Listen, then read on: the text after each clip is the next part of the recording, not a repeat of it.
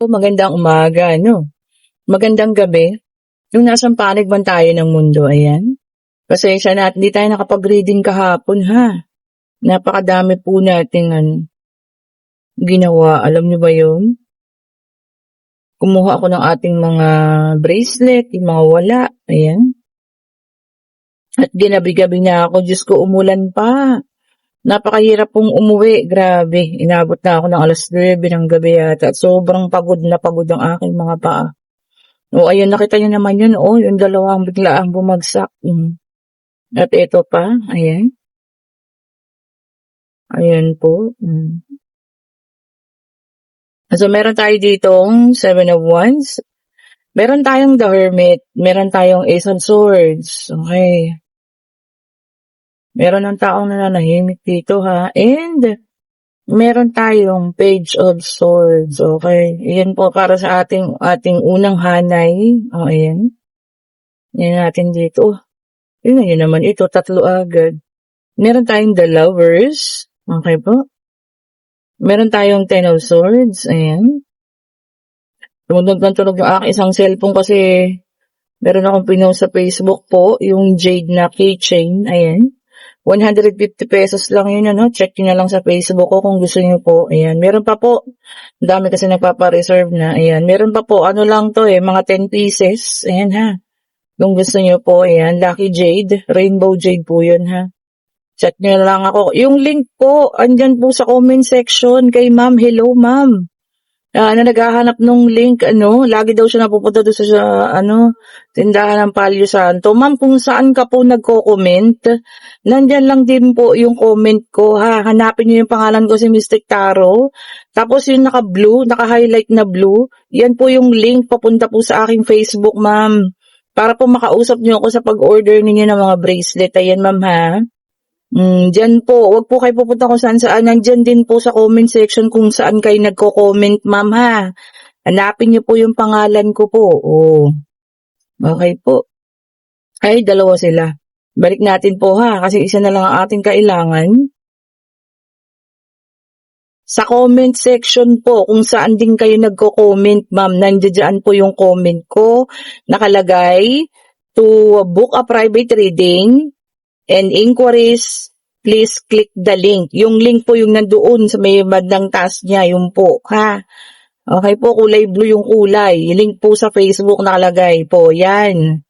Tapos i-message nyo lang po ako. Wala naman pong ibang sasagot sa inyo, kundi ako din, ayan.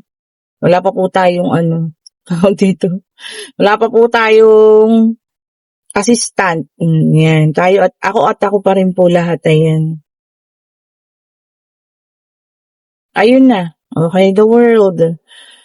Okay po. So, dito sa ating ikalawang hanay, meron tayong The Lovers, meron tayo ditong Ten of Swords, meron tayong The Emperor, meron tayong The World.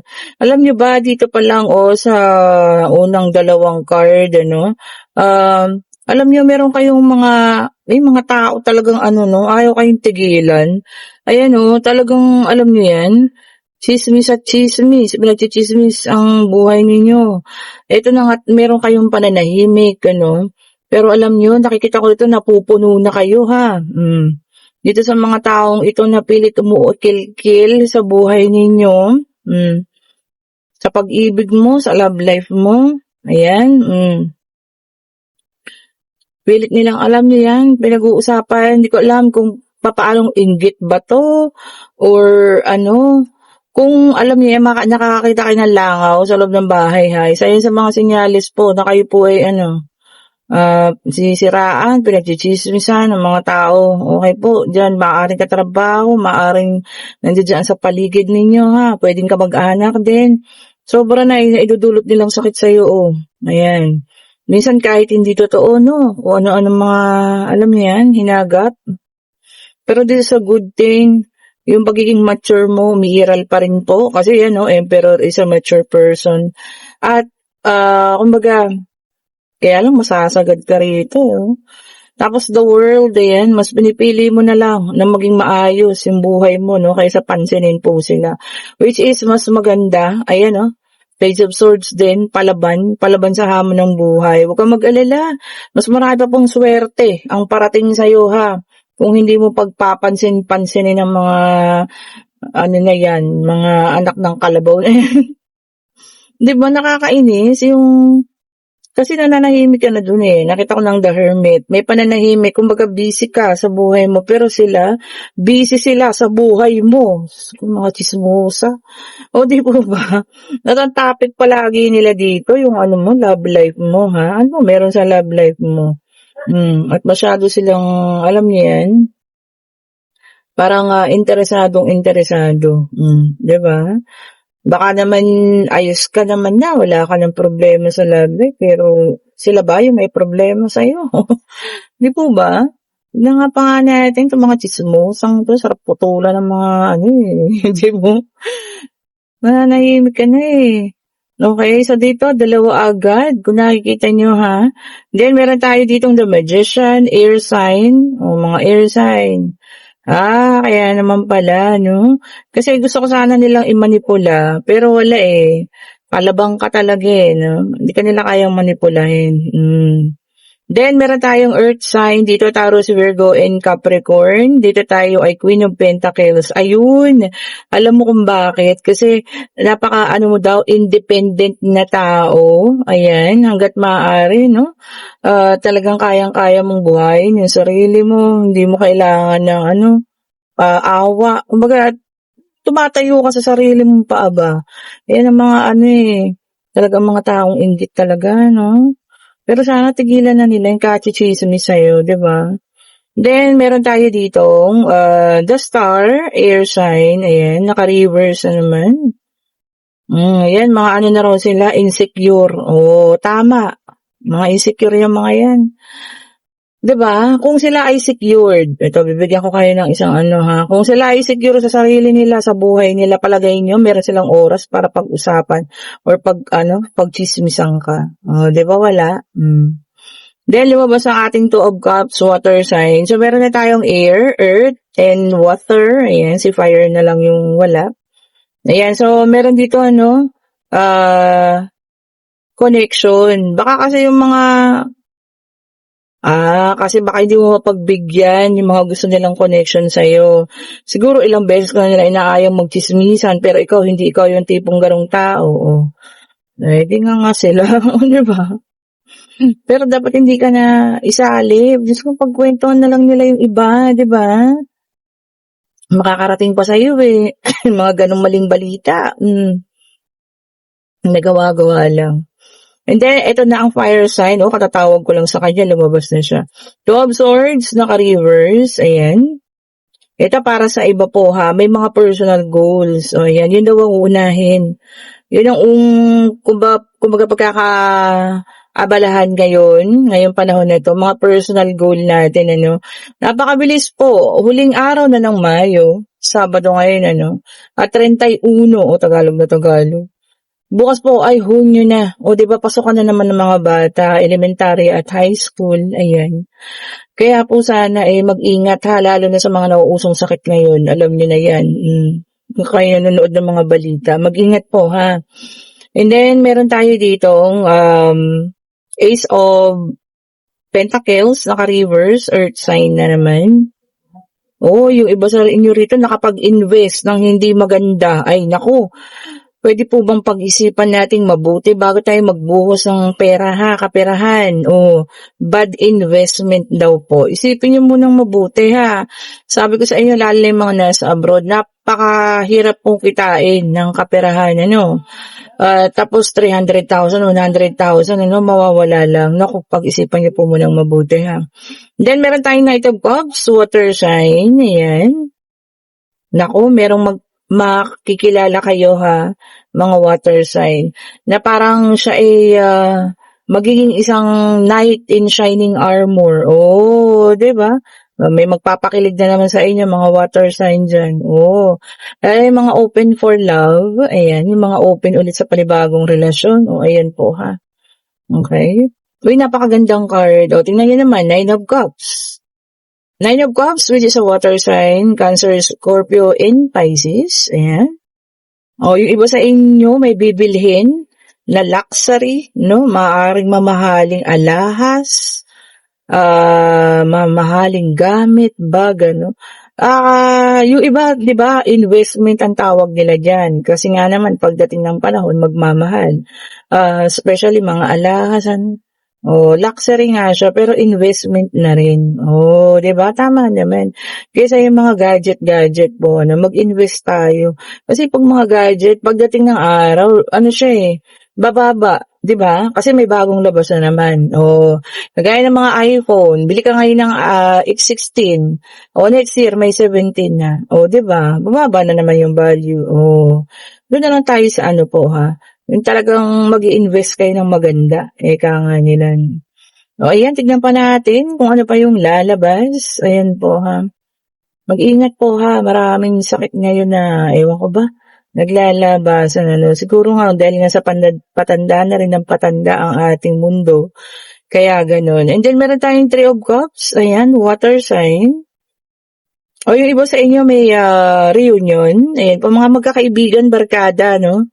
Ayan, baka siguro bago magpasukan, no, mga kabataan or mga nanay ng kabataan, magre-reunion muna, no? Bago ma-stress naman ng mga mudrakels ninyo, ayan, bigyan nyo ng reunion muna ang mga mothers o kung sino man, mga tatay, ganyan, ano. And then, meron tayong Queen of Cups, ayan, water sign na naman, Cancer, Scorpio, and Pisces. Okay. Magiging emotional ngayong papasok na linggo. Okay po, this coming week, may mga emosyon, no? Pwedeng masaya, may kalungkutan din, maaaring may takot, kasi sari-sarang emosyon, sabi niya So, mga water sign, kung ano man ito, no? Mag-ingat-ingat. Kung masaya, okay lang. Kung malungkot, hindi masamang makaranas ang kalungkutan. Pero yung mga nakakatakot na bagay, ayan po ang ating ipagdasal, Wala namang mas malakas kundi ang Panginoon sa lahat, di po ba? And then, meron tayong the lovers, air sign. Ayan. Ang ganda naman nito, no? Sabi niya rito, kasi this is a soulmate card. Ayan Ibig niyan sabihin, magkakaroon ng alignment kayong dalawa. Kumbaga, kung ano yung magugustuhan ng isa, siya rin ang magugustuhan ng isa.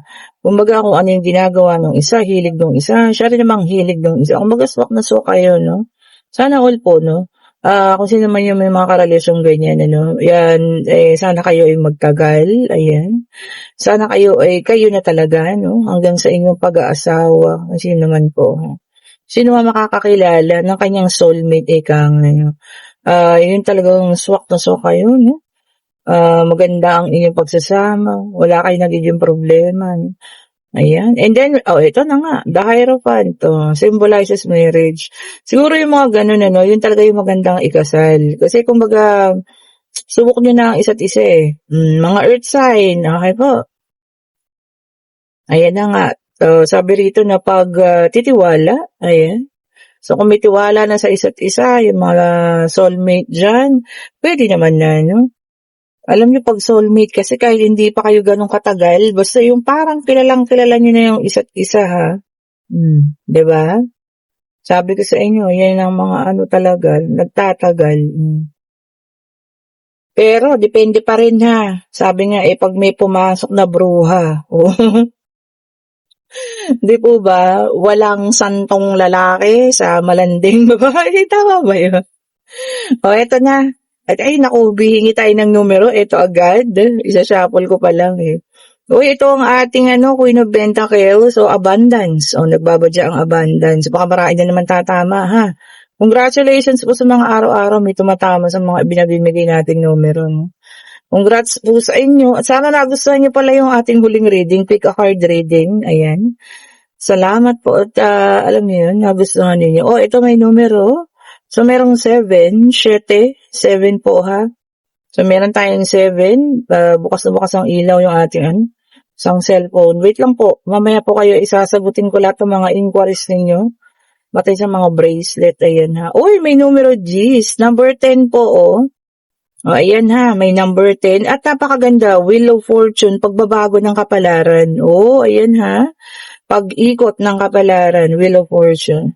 Ayan, tingnan natin baka meron pang isa. So, 7, 10. Ito na. Ang ating Queen of Swords. Ayun, 7 and 10 lang. Ayan Tayaan niyo na sa easy 2. Oh, nagbigay pa ako ng ano. Oh, 'di ba? Baka malay niyo, 7 and 10. And kung meron kayong katanungan, i-ready na rin. Ayan. Yes and no card. Pwedeng pag-ibig. Ayan po. Pag-travel, pag-alis. Ayan.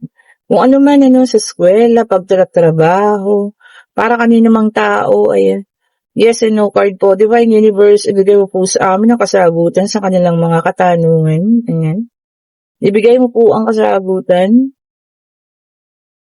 At eto na ang kasagutan po ay yes, which is a King of Cups. Ayan. Emotional na tao rin, Baka merong iba sa iyo makakakilala ng isang mature, ayan, compassionate, ayan. Tapos, kalmado lang daw siya, friendly, ayan. O, ayan, iba sa iyo makakakilala ng ganyan, ha? Family-oriented and napaka-generous na. O, dun tayo sa generous. Ibig sabihin po, hindi madamot.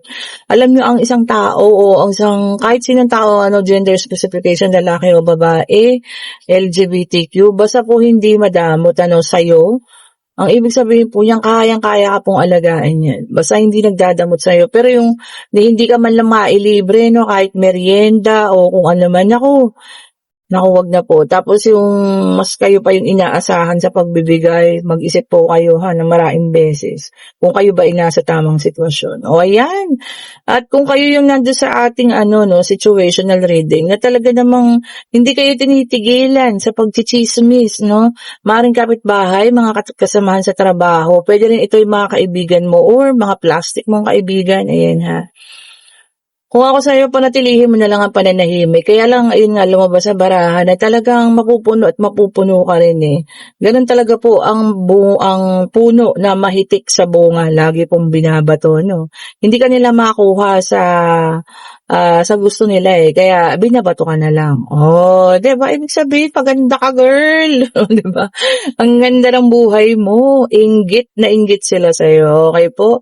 Ayan. Sige, kung nagugustuhan niyo pong ang ating mga reading pa-like, pa-share, pa-subscribe, hit the notification bell para lagi kayong updated sa mga bagong videos nating na re-release. And syempre kung gusto niyo ng ating mga items po, i-click niyo po yung link nandiyan sa comment section. Uulitin ko.